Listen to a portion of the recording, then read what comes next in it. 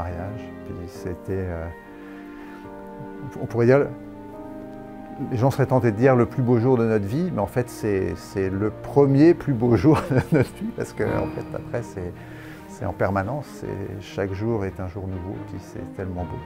Alors quand on pensait à notre famille, on avait comme modèle nos propres familles, à tous les deux, qui sont quand même assez semblables.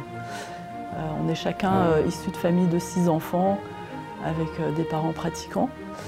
Et alors c'était un des sujets qu'on avait abordé, c'était combien on voulait d'enfants. Donc Laurent voulait 5 enfants, moi j'en voulais 6, on en a eu 7, finalement 8.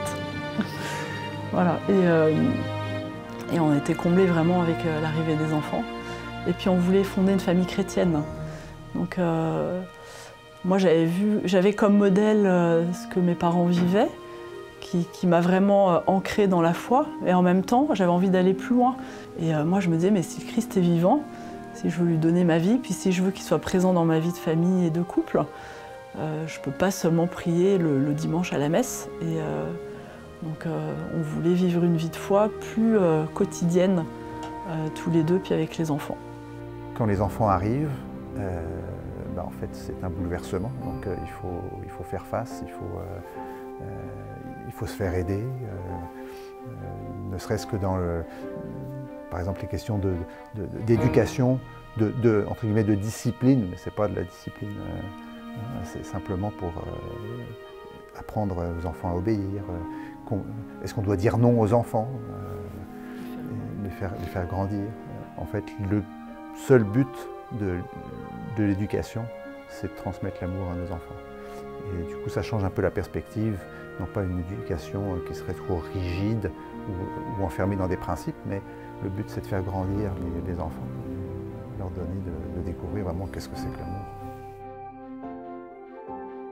On leur apprend par exemple à se brosser les dents le soir, à dire merci, bonjour. Et ben on leur apprend en même temps à remercier le Seigneur pour la journée qu'on vient de passer, quand on fait la prière du soir par exemple, ou quand on passe à table, le remercier pour les dons qu'on reçoit tous les jours qui nous permettent de vivre.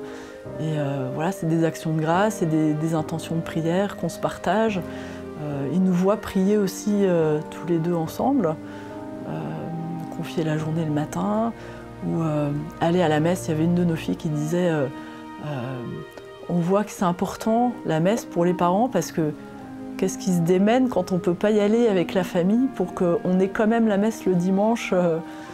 Si on est empêché le matin, par exemple, on va les emmener le soir. Et donc ça lui a montré la place centrale du Christ dans nos vies. Et c'est quotidien en fait. C'est pas artificiel parce que c'est quotidien. Et je me souviens très bien, notre fille avait 3 ans, 3-4 ans. Donc moi je le prenais le matin, mettons à 6h30, et puis elle venait se mettre à genoux à côté de moi pendant... alors moi je priais, mettons, une demi-heure, elle était là pendant 5-10 minutes, elle se mettait à genoux. J'ai l'impression qu'elle était vraiment en prière. Je ne sais pas ce qui se passait dans son cœur, mais en tout cas, moi ça me touchait, parce que je me disais, il faut que je continue, parce que ne serait-ce que pour elle, c'est un moyen de s'approcher du Seigneur.